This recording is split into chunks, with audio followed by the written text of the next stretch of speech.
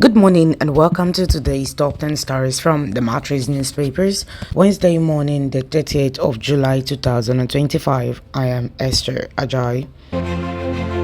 From our lead story on page 2, as Nigeria continues to intensify efforts in combating mounting insecurity in the country, the National Security Advisor Nuhu Ribadu and the Chief of Defense Staff General Christopher Musa have presented the government's scorecard in the battle against insecurity. We have stopped those that wanted to divide the country, says Ribadu. Federal government reiterates commitment to rescuing Chibok girls, Leah Sharibu and others. Musa says we will go after any enemy of the state until there is peace in Nigeria. Still on page 2, the Senate Committee on Public Accounts has issued the Nigerian National Petroleum Company Limited (NNPCL) 3 weeks to respond to queries raised on the accounted 210 trillion naira. I still need time to do further digging, says Ojulari. Over to page 3. The Manufacturers Association of Nigeria (MAN) has charged the federal government not to mistake the rebased gross domestic product for economic growth.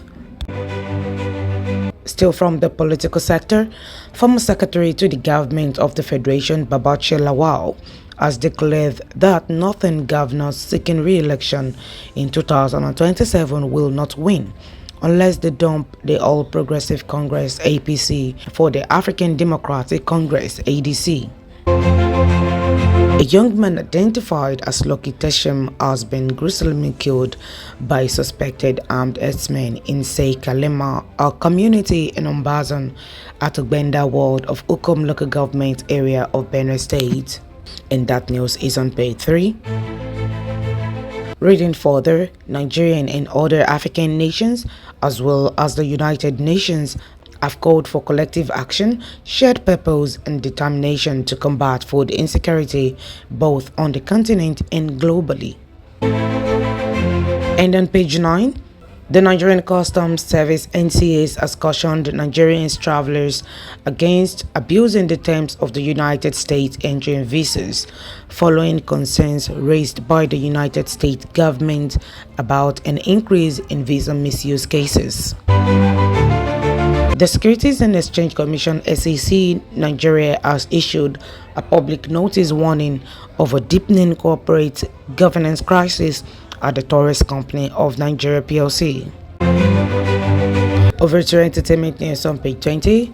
Afrobeat star Ira Star has shut down claims that her RC Nation deal bars her from dating or starting a family. I never signed that, Ira Star says. And on page 22 for sports news, the National Sports Commission (NSC) has expressed profound gratitude to His Excellency President Bola Ahmed Tinubu for bestowing prestigious national honors and generous monetary gifts on members of the Nigerian women's national football team, the Super Falcons, following their historic victory at the 2024 Women's African Cup of Nations hosted by Morocco.